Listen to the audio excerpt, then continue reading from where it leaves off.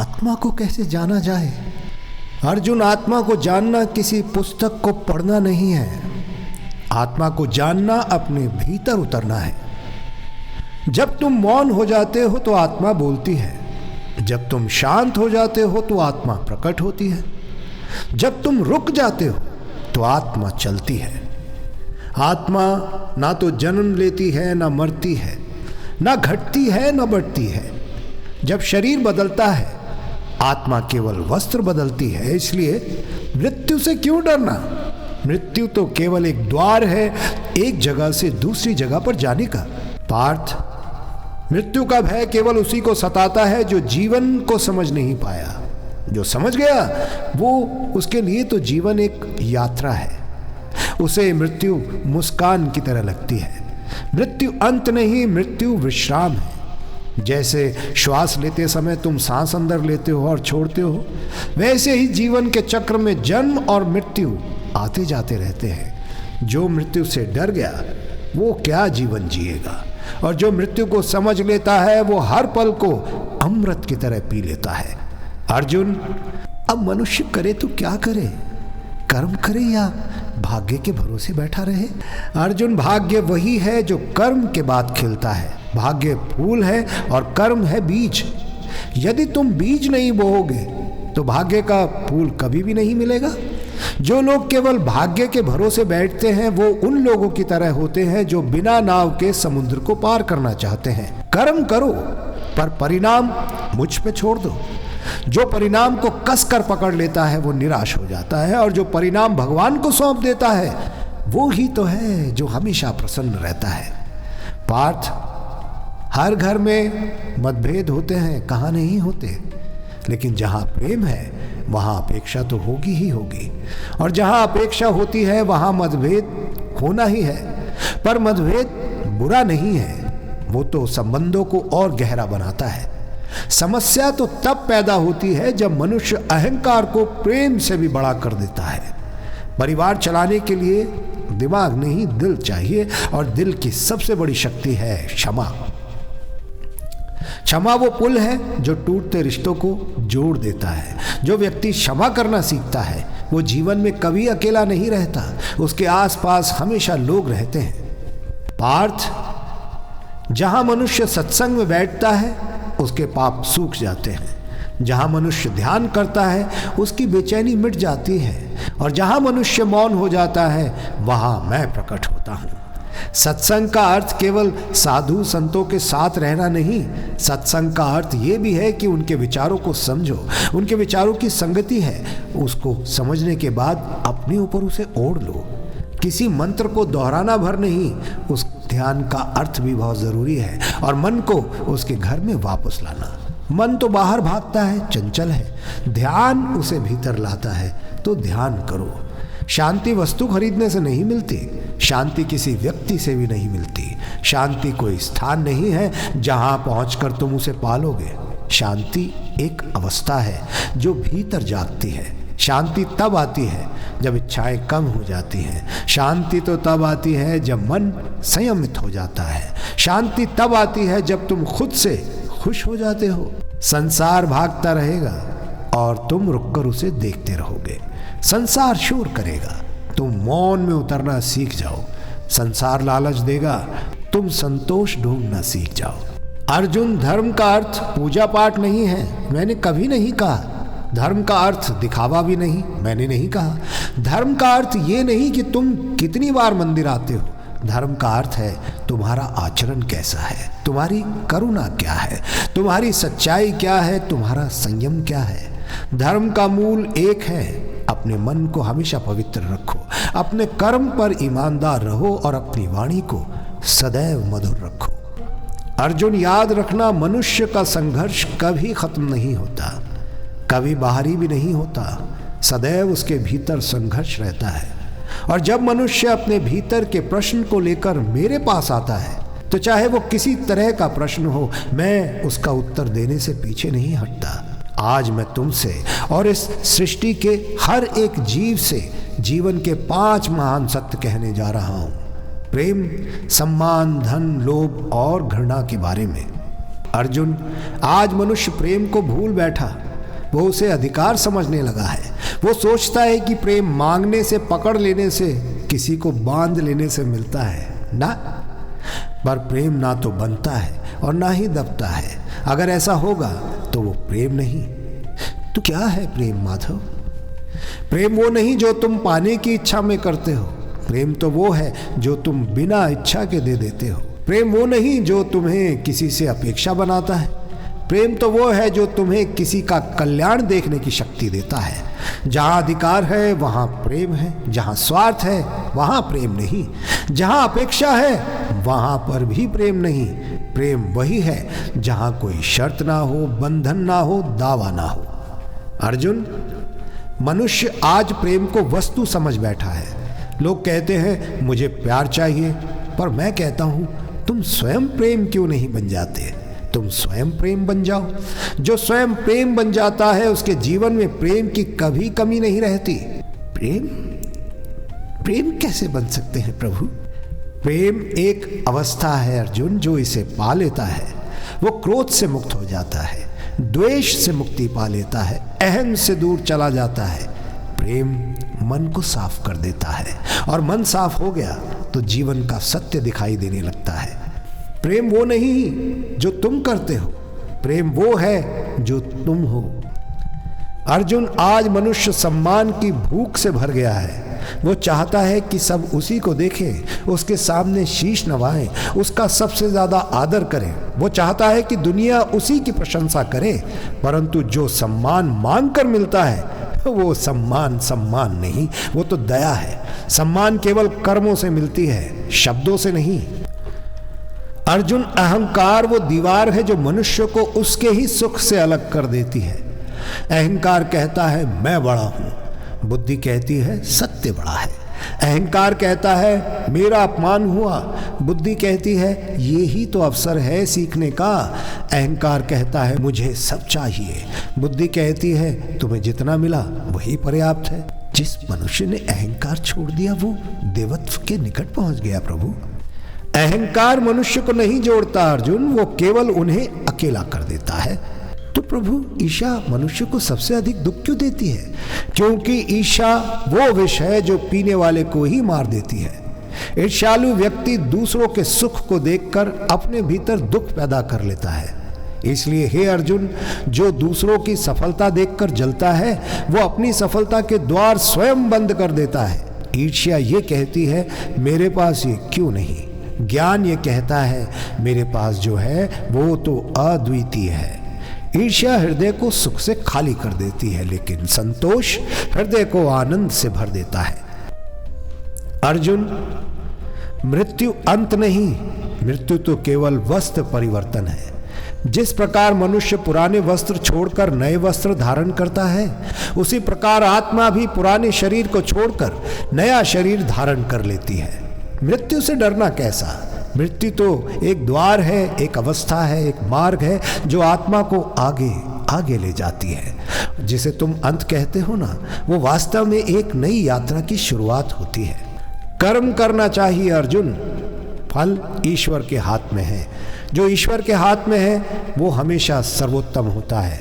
इसलिए कर्म करते जाओ, परिणाम की चिंता छोड़ दो, क्योंकि चिंता तुम्हें कमजोर बना देगी और तुम्हारा कर्म तुम्हें मजबूत बनाता जाएगा। अर्जुन, ईश्वर को फूलों की आवश्यकता कभी नहीं, पवित्र भावनाओं की आवश्यकता है।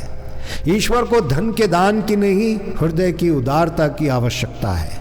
ईश्वर को बड़े बड़े मंदिरों की नहीं, एक सच्चे मन की आवश्यकता है। जो मनुष्य सत्य, करुणा और प्रेम अपनाता है वही ईश्वर का सच्चा भक्त होता है। मनुष्य अपने भीतर 3 शत्रुओं को छुपा कर रखता है, कषाय, द्वेष और अपराध बोध। ये तीनों ही मनुष्य की आत्मा को अंधकार की ओर ले जाती है। जो इन्हें त्याग देता है वो दिव्यता के मार्ग पर पहुंच जाता है। अर्जुन, आत्मा कभी भी दुख नहीं देती। दुख केवल मन को होता है, मन से शरीर को होता है और शरीर से मनुष्य को दुख पहुंचता है। आत्मा तो नित्य प्रकाश है, उसमें अंधकार प्रवेश कर ही नहीं सकता। दुख तभी तक है जब तक मनुष्य स्वयं को शरीर मानता है। जब वो स्वयं को आत्मा मान लेता है तो दुख उसका स्पर्श भी नहीं कर सकता। जागृति का अर्थ है अपने भीतर उठते हर विचार को देखना। जो व्यक्ति अपने विचारों को पहचान लेता है वो उनसे कभी बंधा नहीं रहता। जब क्रोध उठे बस देखो कि क्रोध उठ रहा है। जब लोभ उठे बस देखो कि लोभ उठ रहा है। जब मोह बोले बस पहचान लो कि मोह बोल रहा है। देख लेने से ही आधी लड़ाई जीत ली जाती है। संयम का अर्थ छोड़ देना नहीं बल्कि सही समय पर सही निर्णय लेना है। जिस व्यक्ति का चरित्र मजबूत है उसका जीवन स्वयं सुंदर हो जाता है। संयम ये नहीं कि इच्छाएं मर जाएं, संयम ये है कि इच्छाएं तुम्हें ना चलाएं बल्कि तुम अपनी इच्छाओं को चलाओ। समर्पण क्या है? समर्पण का अर्थ है अपने हर कर्म, हर विचार, हर भावना को परम सत्य को अर्पित कर देना। जिसने समर्पण सीख लिया उसका जीवन चिंता से मुक्त हो जाता है, क्योंकि वो जानता है जो भी हो रहा है वो ठीक हो रहा है और जो आगे होगा वो भी ठीक होगा। तुम्हें मिल भी चुका है लेकिन तुमने कभी महसूस नहीं किया। दुख दो कारणों से आता है। एक, जब हम उस चीज को पकड़ते हैं जो छूटने के लिए बनी है, और दूसरी, जब हम उस चीज से भागते हैं जो सीख देने के लिए आई है। दुख शत्रु नहीं, ये तो एक शिक्षक है। दुख शत्रु नहीं, ये तो शिक्षक है। वो तुम्हें दिखाते हैं कहाँ तुम उम्मीद से बंधे हो, कहाँ तुम डर में जी रहे हो और कहाँ तुम अपनी आत्मा को भूल चुके हो। दुख सिर्फ याद दिलाते हैं कि तुम्हें करना क्या है। प्रेम तुम्हें ऊपर उठाता है, घृणा तुम्हें नीचे गिराती है। प्रेम में विस्तार है, घृणा में सिकोड़ है। प्रेम में शक्ति है, घृणा में कमजोरी है। इसलिए मन को केवल प्रेम की ओर मोड़ो, घृणा की ओर नहीं। प्रेम का अर्थ ये नहीं कि तुम अन्याय को सहन करो। प्रेम का अर्थ है अपने हृदय में नफरत ना पालो, न्याय करो पर द्वेष मत रखो। यही तो है मेरा मार्ग। धन जीवन का एक साधन है लेकिन उद्देश्य नहीं। धन का उपयोग धर्म के लिए करो पर धर्म को धन के लिए मत बेचो। व्यक्ति धन कमाए पर मन न खोए, वही सच्चा धनी कहलाता है। मैं धन को बुरा नहीं कहता, धन के अहंकार को बुरा कहता हूँ। धन तो साधन है और अहंकार बंधन है। धन से सेवा करो, वो पुण्य बन जाता है। उस धन को आप इस्तेमाल करो जो आपके परिवार को सुरक्षित रखे और आपकी तरक्की में आपका सहयोग करे। धन से अगर आप गर्व करोगे तो वो पाप बन जाएगा। मोह सबसे सुंदर और सबसे खतरनाक बंधन होता है, ये याद रखना। मोह प्यार की तरह दिखाई देता है, वो वास्तव में वो भय होता है जो खो देने का भय होता है। रिश्तों में प्रेम रखो, इसलिए रिश्तों में मोह मत रखो, क्योंकि प्रेम मुक्त करता है और मोह बांध देता है। प्रेम उड़ान देता है, मोह पंख कतरता है। प्रेम ईश्वर तक ले जाता है और मोह संसार में अटका देता है। याद रखना, जीवन में 3 चीजें तुम्हारे हाथ में नहीं है, फल, समय और परिणाम। पर एक चीज हमेशा तुम्हारे हाथ में है और वो है कर्म। कर्म को सुंदर कर लो तो जीवन स्वयं सुंदर हो जाएगा। लोग जैसा करें वो उनका कर्म है, तुम जैसा करो वो तुम्हारा कर्म है। इसलिए दूसरों को मत देखो, सिर्फ अपने कर्म से अपना मतलब रखो। अब मैं तुम्हें बताऊंगा कि असली जीत के 3 स्तर क्या हैं। मन के विचारों पर जीत। विचार तुम्हें चलाए ये गुलामी है, तुम विचारों को चलाओ ये तुम्हारी विजय है। अपनी इच्छाओं पर जीत। इच्छाओं को वश में करने वाला राजा होता है और इच्छाओं में डूबने वाला दास। अपने भय पर जीत। जिसने भय को जीत लिया वो मृत्यु को जीत लेता है। भय ही मनुष्य को छोटा रखता है, कर्म नहीं। मनुष्य की 3 गलतियां उसे बार बार पीड़ा देती हैं। जानते हो वो कौन सी गलतियां हैं? पहली गलती, पहली भूल, लोग क्या कहेंगे। जो व्यक्ति हर पल दूसरों की सोच में जीता है वो अपना जीवन खो देता है।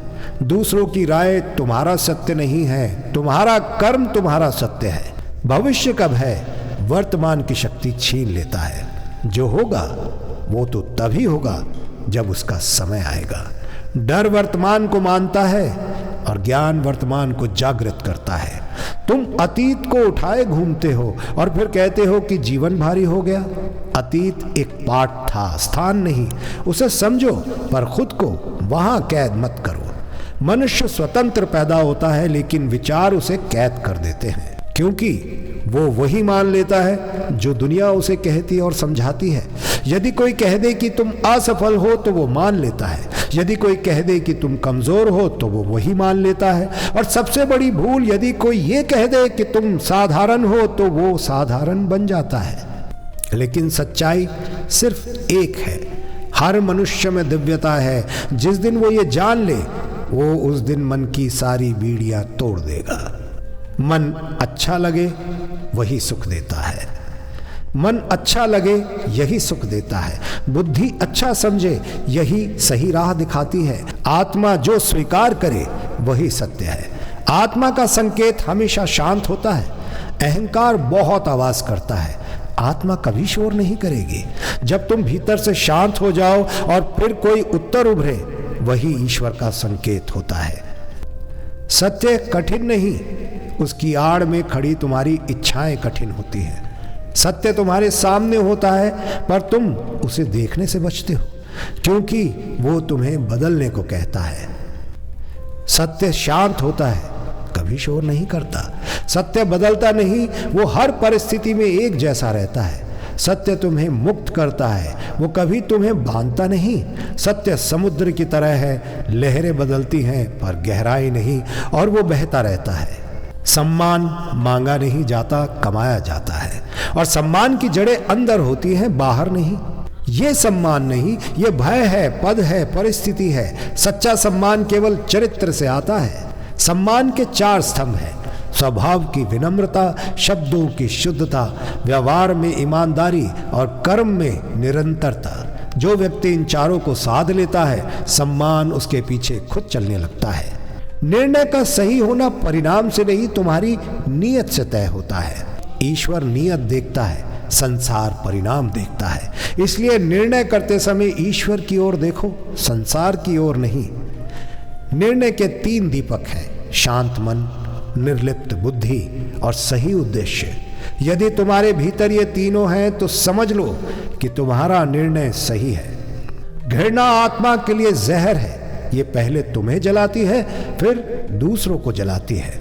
घृणा का अर्थ है तुमने अपने घाव को पकड़े रखा है। क्षमा का अर्थ है तुमने स्वयं को मुक्त कर दिया। क्षमा का अर्थ है दूसरों को मुक्त करना नहीं, अपने हृदय को मुक्त करना। पर क्षमा का अर्थ ये नहीं कि तुम अन्याय को स्वीकार कर लो, अधर्म का विरोध करो, पर घृणा के बिना करो।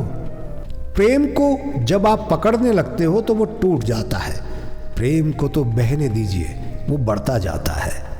मनुष्य क्यों प्रेम को तोड़ता है जानते हो? क्योंकि मनुष्य उसको स्वामित्व समझ लेता है अपना। क्योंकि मनुष्य प्रेम को स्वामित्व समझ लेता है। तुम मेरे हो, ये प्रेम नहीं, ये बंधन है। प्रेम कहता है तुम स्वयं हो और मैं तुम्हें उसी रूप में स्वीकार करूंगा। जहां प्रेम है वहां भय नहीं, जहां प्रेम है वहां अहंकार नहीं, जहां प्रेम है वहां अपेक्षा कम और आधार सबसे ज्यादा होता है। जानते हो तुम्हारे भीतर से डर क्यों नहीं जाता? क्योंकि तुम स्वयं को शरीर मानते हो। जिस दिन तुम स्वयं को आत्मा मान लोगे, भय उसी दिन से बाहर हो जाएगा। आत्मा को कैसे महसूस करें?